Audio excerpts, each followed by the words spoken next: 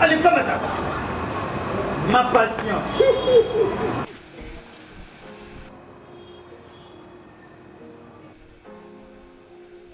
Vile loin. Mbudi. Yo sakananga? Na nini? Yo kamata anga bolole? Oh. Yo silisaki musala na yo lokola cadre. Et comme on a ta pension, oyo la nga enveloppe lokola huissier? Na ninga kuna bua kisangana sundula bango kuna. Obua kisango? Na ndenge nini? Boy. Yo est-ce que oyebaka montant cotisation nini patron na yo azako chelo na CNSA? Bon, a déclaré on a grade ni. Ngene yep. Hey.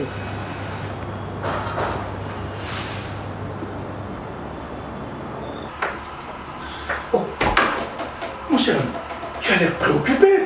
Ah, chers collègues, c'est cette histoire des cotisations sociales de mes travailleurs qui me prend la tête. Et je pense que tu es en règle avec la CNSS. Ça, c'est un petit problème que je maîtrise et gère comme mes poches. Ah bon? Raconte, comment tu t'y prends? C'est simple, mon cher. Les travailleurs ne sont pas tes héritiers, moins encore tes associés. Il ne faut pas tous les immatriculer. Il ne faut pas non plus tout déclarer à la CNSS. C'est-à-dire? C'est-à-dire, par exemple, si tu as 500 travailleurs, tu déclares seulement pour 342 et tu minores leurs cotisations. Et les cadres, tu les déclares comme simples agents. Ah bon? Donc, non seulement tu ne déclares pas convenablement tes travailleurs, mais aussi tu ne verses pas correctement les cotisations telles que tu les perçois chez tes travailleurs. Tu as compris? Tu es sérieux? Oh, mais très sérieux. C'est ce qui me permet de souffler. C'est un détournement. Hein? Tu risques même de faire la prison quand ça se saura. Qui le saura? Mon cher, ces gens-là n'ont pas le temps pour ça. Même pas l'intersyndical? Quel syndicaliste? Est-ce qu'ils s'en occupent même? Hein? Et aussi, il faut savoir leur fermer les yeux. Regarde.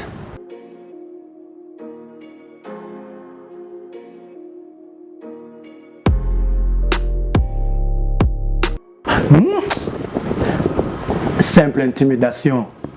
Mon ami, autre temps, autre mœurs.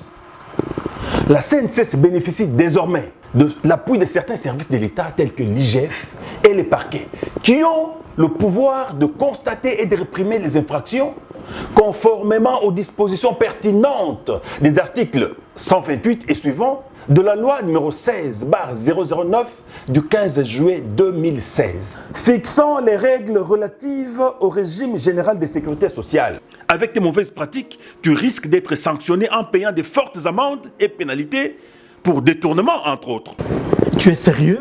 Très sérieux.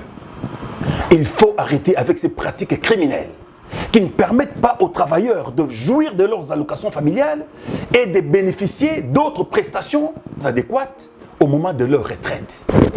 Merci, mon cher. Ah ouais, IGF a côté ma camboyo, n'a parqué. Pardon. Je dois tout régulariser. Tu as intérêt. Merci, hein, merci. Patron Zandoki. Mbudi, patron Bomingaï. Ezaka ka patron na bino te. Na ba syndicaliste na bino. Po bango ni baza sansa kolanda la vie ya basali. Mais baza complice. Et c'est ngel to dénoncer bango ba kende bolo. Bakende Mbudi, bakende. Bon.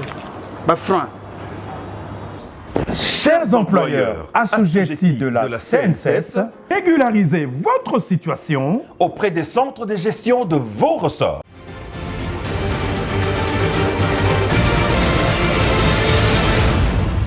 Il est temps de vous informer, madame et monsieur, bonsoir et bienvenue à cette grande édition du journal sur la télévision catholique Elikia. Tradition oblige, le pape François a reçu en audience ce vendredi 16 février 2024 l'archevêque Domenico Battaglia ainsi que les évêques et autres membres de la communauté de Naples. François les a invités à être constamment en mouvement afin d'être à la hauteur des défis contemporains. C'était à l'occasion du 90e anniversaire de l'inauguration du séminaire de l'archevêché de Naples. Suivez ces récits de Guigui Zawadi. Le séminaire Alesso à Scalesi, inauguré par le cardinal du même nom en 1934 de l'archevêché de Naples, célèbre cette année ses 90 ans d'histoire. C'est à cette occasion que le pape François a reçu son archevêque, Monseigneur Domenico Battaglia, ses évêques, séminaristes et autres membres de la communauté en audience ce vendredi 16 février au Vatican. Remerciant chacun pour leur précieux service, le souverain pontife a notamment exprimé sa gratitude aux séminaristes pour avoir répondu à l'appel du Seigneur et pour leur disponibilité à servir son Église. Je dois vous encourager à cultiver chaque jour la beauté de la fidélité avec l'enthousiasme et l'engagement en remettant votre vie à l'œuvre incessante de l'Esprit Saint qui vous aide à revêtir la formule du Christ, a déclaré le Saint-Père en précisant que la formation sacerdotale ne se termine jamais mais dure toute la vie. Et si l'on s'arrête,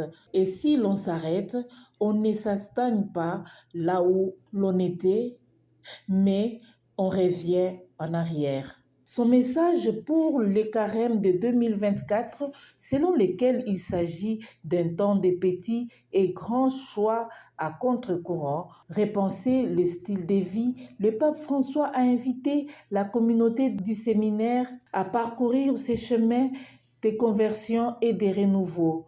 Pour ce faire, le Saint-Père a énuméré plusieurs conseils, parmi lesquels celui de se laisser conquérir avec un émerveillement renouvelé par l'amour de Dieu, fondement de la vocation, de retrouver avec joie le goût de la sobriété et en évitant le gaspillage de se donner aux autres, d'être attentif aux plus pauvres, de prendre soin de la justice et de la création, ou encore de surmonter des divisions et d'apprendre à vivre en fraternité avec l'humilité. Après la célébration de la messe du temps du carême du mercredi des cendres ce vendredi 16 février 2024, tous les chrétiens fidèles catholiques ont participé au chemin de la croix dans chaque paroisse. Une fois de plus, Guy Zawati. L'union, là où il y a l'horreur, que je mette la vérité, là où il y a le doute, que je mette la foi, là où il y a le désespoir, que je mette l'espérance. Le temps du carême a débuté le mercredi des cendres, qui marque un temps de conversion, de jeûne et de prières. Pendant 40 jours, les chrétiens sont appelés à faire ces chemins de la croix avec le Seigneur. Ce vendredi 16 février 2024, tous iront pour les chemins de la croix, chacun selon sa paroisse. Cette marche devra aller jusqu'au samedi saint, 40 jours passés au désert de Jésus-Christ à la résurrection. Pour ce faire, ces chemins de croix qui accompagnent Jésus-Christ à sa mort est une contemplation active qui veut aider chacun à entrer dans le mystère de l'amour de Dieu manifesté en son Fils. Le chemin des croix apparaît donc comme un pèlerinage en esprit. C'est pourquoi il touche celui qui entreprend sous 3 aspects tant physiques que spirituels, la marche, la méditation et l'intercession. Pour chaque vendredi soir, le chemin de croix est constitué de 14 stations. Les chrétiens du monde entier observent depuis le mercredi des cendres et 40 jours de jeûnes et prières, un moment qui prépare à la fête de Pâques. Selon le père Stéphane Voirka, missionnaire lazariste et vicaire de la paroisse Saint-Adrien, durant ces temps, les chrétiens sont appelés à jeûner, à prier en évitant les péchés pour expérimenter la vie du Christ qui a lutté depuis Israël pour sauver nos âmes. Suivez le père Stéphane Voirka au micro de Patrick Pitra. Durant ce temps de carême, nous savons naturellement que le mercredi des cendres et le vendredi saint sont les jours où le jeûne nous est donné de façon obligatoire. Néanmoins, tous les temps de carême, nous épurons nos péchés en observant le jeûne, en acceptant le sacrifice et en nous donnant plus à la prière. Cela montre que si l'Église nous donne le temps de nous convertir et de chercher à éviter toutes les occasions de péché, le temps de carême, cela est plus spécial. Parce que le temps de carême nous est donné pour cela, afin d'entrer dans la joie pascale avec Jésus, dans la fête de Pâques. Et disons aussi que le temps de carême est très important, parce que c'est un temps où nous sommes appelés à expérimenter aussi les peines, la souffrance du Christ. Non pas seulement pour souffrir, mais pour marcher à l'encontre du monde et témoigner et à notre mesure de notre foi face au diable. Nous savons que la lutte contre les diables n'a pas commencé seulement du temps où Jésus est entré ou a été poussé au désert par l'Esprit Saint. Cette lutte a commencé depuis Israël, parce que depuis les temps où Israël a été choisi par Dieu, les forces du mal se sont présentées par les grandes puissances. Nous avons toutes les grandes puissances qui ont été autour d'Israël de ce temps-là, ont été comme une force du mal présentée contrairement à la volonté de Dieu qui voulait établir son royaume sur la terre. Dans un autre chapitre, la situation sécuritaire dans la partie est de la République démocratique du Congo, au centre d'un mini-sommet de l'Union africaine convoqué ce vendredi à Addis Abeba en Éthiopie. Ce mini-sommet était présidé par le président angolais João Lourenço en sa qualité de médiateur désigné par l'Union africaine. Suivez ces récits. En sa qualité de médiateur désigné par l'Union africaine, João Lourenço, président de la République d'Angola, a convoqué ce vendredi 16 février 2024 à Addis Abeba un mini-sommet extraordinaire sur la situation sécuritaire qui prévaut dans la partie est de la République démocratique du Congo. Ce mini-sommet se tient en marge de la 37e session ordinaire de la conférence des chefs d'État et des gouvernements de l'Union africaine prévue du 17 au 18 février 2024 à Addis Abeba avec comme thème « Éduquer une Afrique adaptée au XXIe siècle, construire des systèmes éducatifs résilients pour un accès accru à l'éducation, un apprentissage inclusif tout au long de la vie, de qualité et pertinent en Afrique ». Plusieurs initiatives diplomatiques ont été mises en place au niveau de la région pour tenter de résoudre les tensions persistantes entre Kinshasa et Kigali, principal soutien des rebelles du M23 à l'origine de la détérioration de la situation sécuritaire dans la province du Nord Kivu.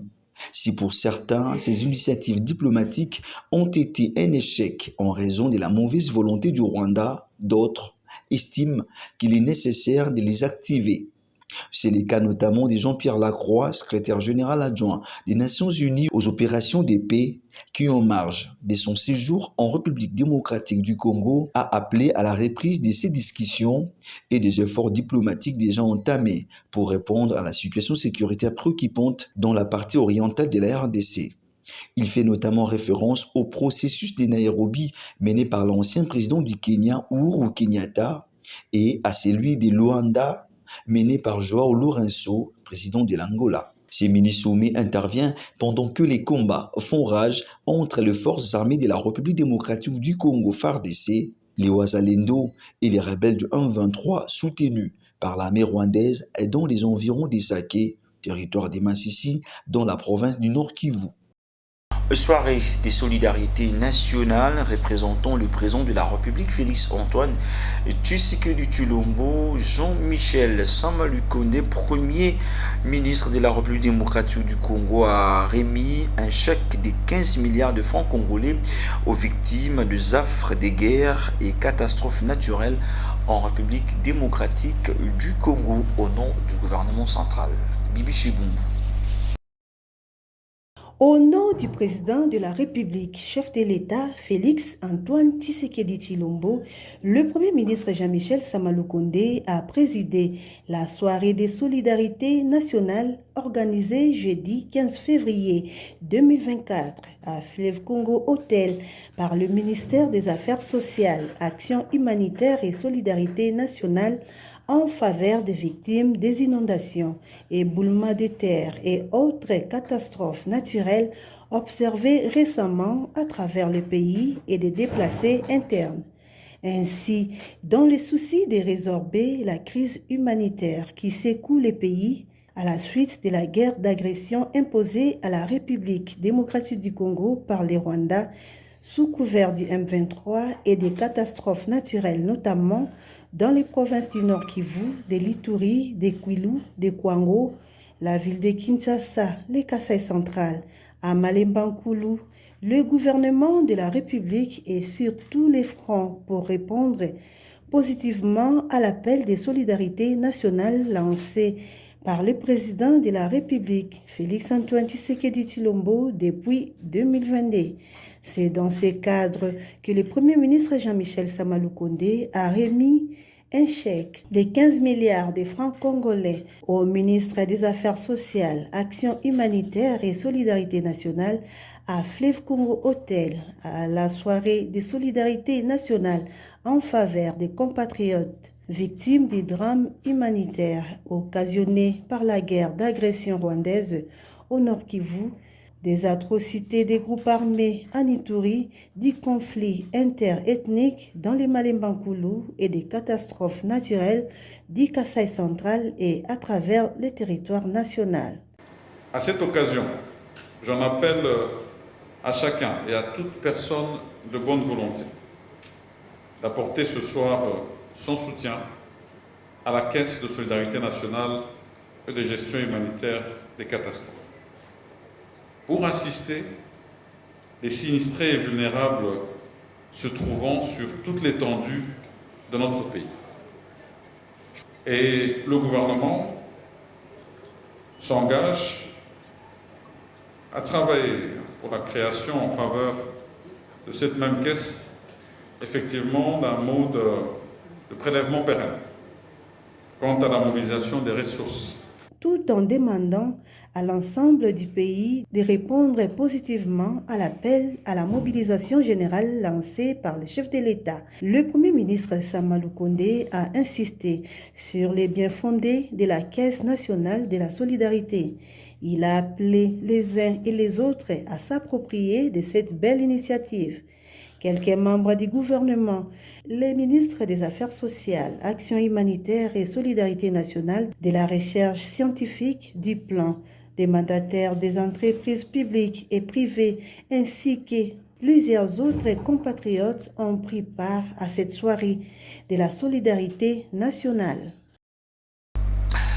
Comme vous le savez, l'élection de gouverneurs, vice-gouverneurs et sénateurs sont renvoyées à une date ultérieure, décision prise par la Commission électorale nationale indépendante qui a réaménagé son calendrier électoral. Une démarche saluée par Maître Ghislain Bamouangaï qui a proposé il y a quelques jours les reports, plutôt la suspension de ces élections qui coûteraient inutilement le trésor public. Selon lui, les assemblées provinciales ont un bilan négatif et sont budgétivores pour rien. Maître Ghislain Bamouangaï était l'invité de votre magazine Éduquer Reçoit, dont je vous propose justement un extrait. En 2019, le président de la République, Félix Antoine Tshisekedi, avait retardé l'installation du Sénat, repoussé l'élection des gouverneurs et vice-gouverneurs à cause d'une situation de corruption qui était décriée. Aujourd'hui, il y a une clameur publique qui plane sur l'élection des sénateurs et gouverneurs et vice-gouverneurs qui entache même la nature de notre démocratie représentative. Lorsque ce sont des personnes qui jouent dans les institutions, des animateurs sur base du pouvoir d'argent ou de la tribu, du pouvoir cotérique, et non sur le pouvoir souverain du peuple en fonction de l'intérêt général, on a faussé les jeux démocratiques.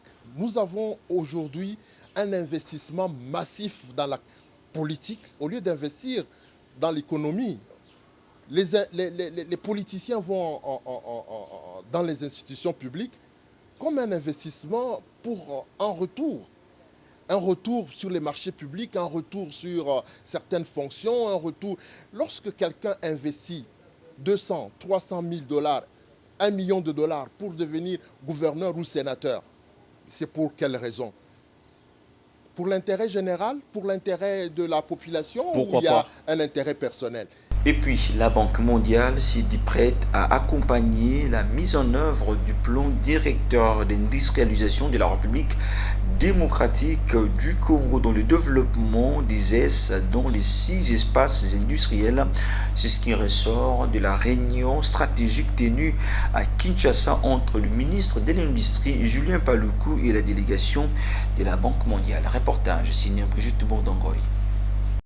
Désormais, le ministère de l'Industrie va bénéficier d'un accompagnement significatif de la Banque mondiale dans la mise en œuvre du plan directeur d'industrialisation de la République démocratique du Congo avec le développement des zones économiques spéciales dans les 6 espaces industriels et dans l'exécution du grand projet panafricain de l'industrie des batteries, et c'est avec la mise en place des feuilles de route. Déjà un atelier sur la mise en place d'un chronogramme pour accélérer la mise en œuvre du plan directeur d'industrialisation pour ainsi aboutir à sa version révisée sera organisé dans un bref délai à Kinshasa. Mais aussi en mai prochain, le ministère de l'Industrie et la Banque mondiale vont co-organiser dans la capitale congolaise un forum avec comme objectif mettre en place une feuille de route pour matérialiser les projets de l'industrie des batteries et des véhicules électriques développés par la RDC et la Zambie. C'est l'essentiel de la réunion stratégique tenue ce jeudi à Kinshasa entre le ministre de l'Industrie Julien Paluku Kahongya, entouré de ses experts et une forte délégation de la Banque mondiale coiffée par Albert Zefak, directeur des opérations.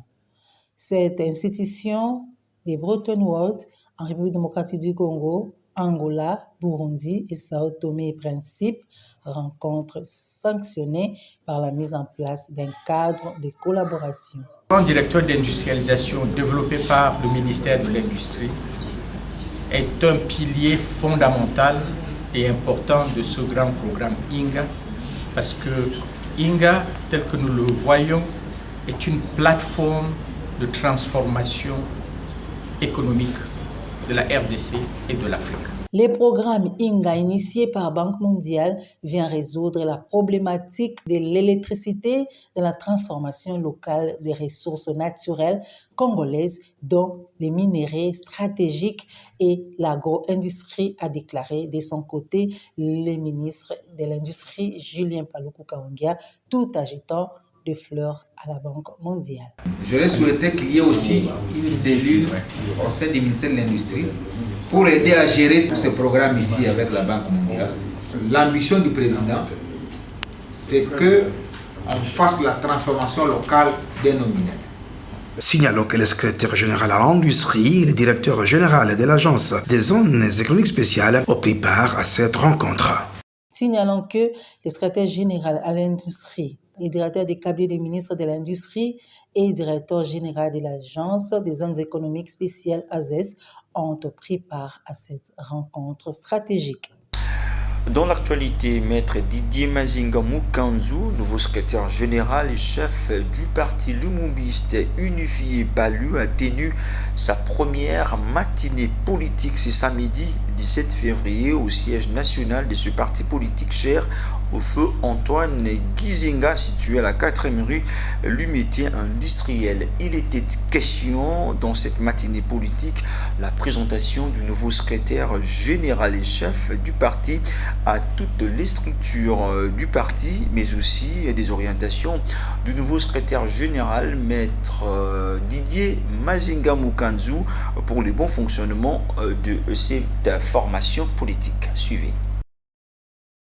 Maître Didier Mazenga Mukanzu était d'abord accueilli chaleureusement par les militantes et militants du PALU comme un vrai secrétaire général et chef du parti. Devant toutes les structures du parti lumumbiste unifié PALU, notamment les secrétariats permanents, le bureau politique, les secrétaires nationaux et leurs adjoints, les mamans guides, la coordination nationale de la jeunesse du parti, les présidents sectionnaires, le chef des cellules, le partenaire du regroupement politique PALU et alliés et les représentants personnels des mamans Anmbouma Gizenga que maître Didier Mazenga Mukanzu a tenu en toute convivialité et légitimité cette matinée politique en tant que le représentant valable et successeur des vénérables immortels et feu Antoine Gizenga Fundji. Il était question au cours de cette matinée politique la présentation du nouveau secrétaire général et chef du parti à la base pour que celui-ci donne des nouvelles orientations et conduites pour le bon fonctionnement avec un nouveau souffle de ces partis chers au feu Antoine Gizenga.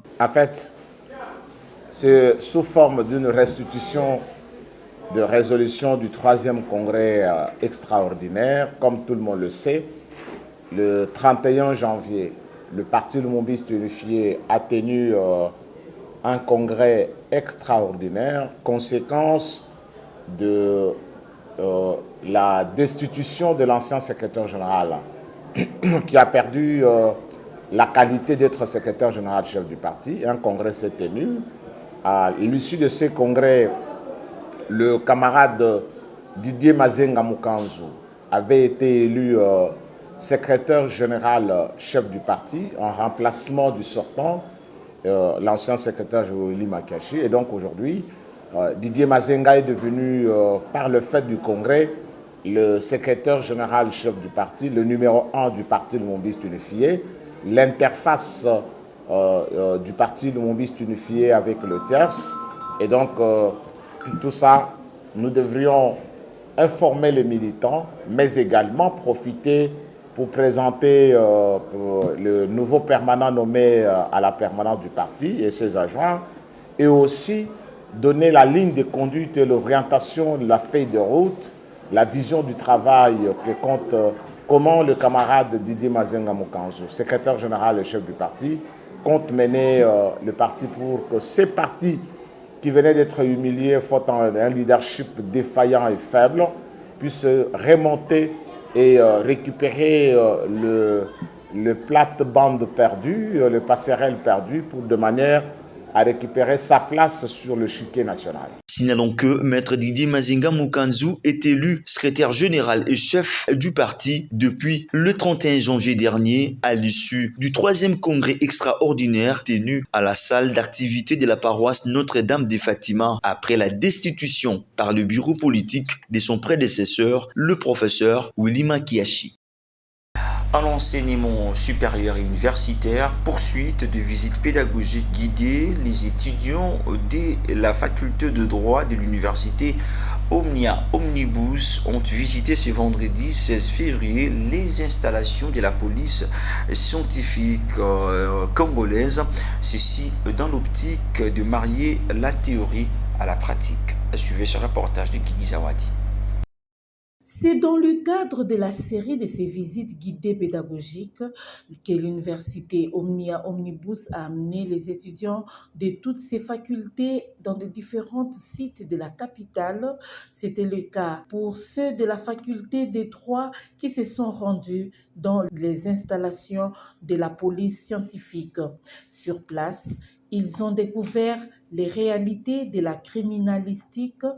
Les officiers de la police ont explicité les procédures pour tracer les récits d'un crime. À l'issue de la visite, les doyens de la faculté des droits de l'université Omnia Omnibus, toujours dans le cadre de ces visites guidées, les étudiants des Master 2 communication ainsi que ceux de management ont visité l'agence de communication d'Ivo. Sur place, ils ont reçu les explications sur le fonctionnement de toutes les structures de Divo, dont les cinémas Showbiz, la salle Showbiz, ainsi que la radio Showbiz, où les étudiants ont presté dans une animation libre. Signalons par ailleurs que les étudiants d'autres facultés se sont rendus au site des Bonobos, à l'hôpital du Kankokolo, Olympique Village et zone de santé délimitée.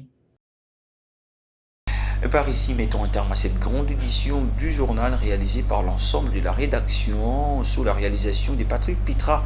Madame et messieurs, merci à vous de l'avoir suivi. Sinon, bon week-end à tous et à toutes dans la paix du Seigneur, mais aussi bon moment de carême dans la paix du Seigneur. Au revoir.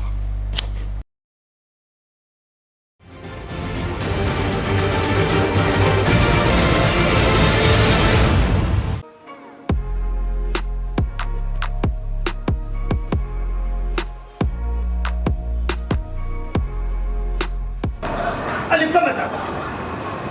Ma patience.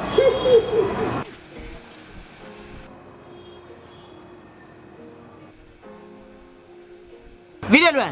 Mbudi. Yo sakananga? Na nini? Yo kamata anga bolole? Oh. Yo silisaki musala na yo lokola cadre. Et comme on a ta pension, oyela nga enveloppe lokola huissier? Na ninga kuna buak sangna sundula bango kuna. O buak sango? Nandenge ni? Boy. Yo est-ce que oyebaka montant cotisation nini patron na yo azako chelo na CNSA? Bo a déclaré on a grade ni. Ngone yep. Hey.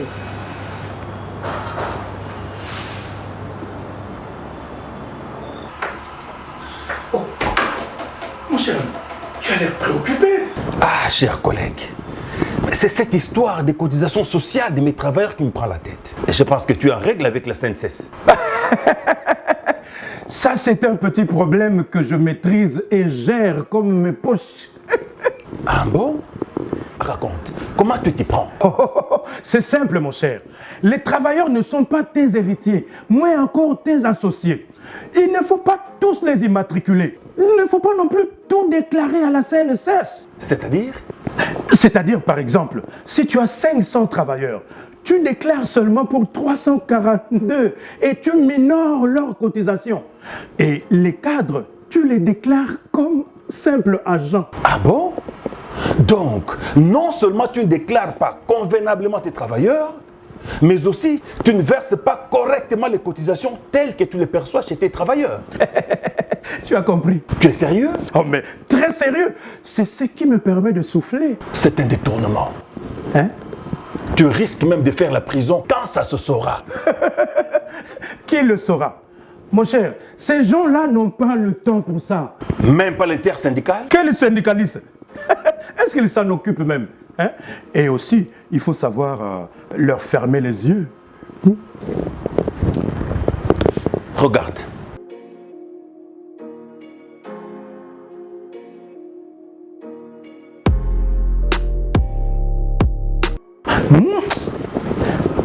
Simple intimidation. Mon ami, autre temps, autre mœurs. La CNSS bénéficie désormais de l'appui de certains services de l'État tels que l'IGF et les parquets, qui ont le pouvoir de constater et de réprimer les infractions conformément aux dispositions pertinentes des articles 128 et suivants de la loi numéro 16/009 du 15 juillet 2016, fixant les règles relatives au régime général de sécurité sociale. Avec tes mauvaises pratiques, tu risques d'être sanctionné en payant de fortes amendes et pénalités pour détournement, entre autres. Tu es sérieux? Très sérieux. Il faut arrêter avec ces pratiques criminelles qui ne permettent pas aux travailleurs de jouir de leurs allocations familiales et de bénéficier d'autres prestations adéquates au moment de leur retraite. Merci, mon cher. Ah ouais, IGF a côté ma camboyo, n'a parqué. Pardon. Je dois tout régulariser. Tu as intérêt. Merci, hein, merci. Patron Zandoki. Mbudi, patron Bomingaï. eza kaka patron na bino te na basyndicaliste na bino po bango nde baza sansa kolandela vie ya basali me baza complice esengeli to dénonce bango bakende boloko bakende Mbudi, bakende Bafran. Chers employeurs assujettis de la CNSS, régularisez votre situation auprès des centres de gestion de vos ressorts.